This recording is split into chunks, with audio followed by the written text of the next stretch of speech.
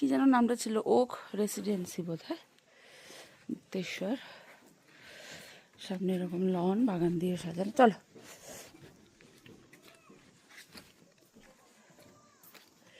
এদিকে এরকম ভিউ ওপরটা, এদিকে সব জায়গাতেই সবুজ। আমরা নৈনিতালে না থেকে মুক্তেশ্বরে ছিলাম, এবার এখান থেকে রওনা।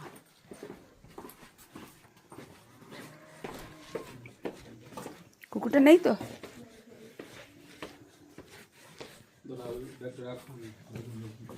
কি করছিস আমার মাটিতে বসে বসে?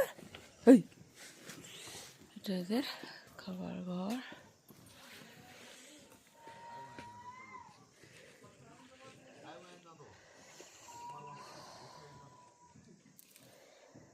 বসার জায়গা, বারবিকিউ করার জায়গা সব রয়েছে।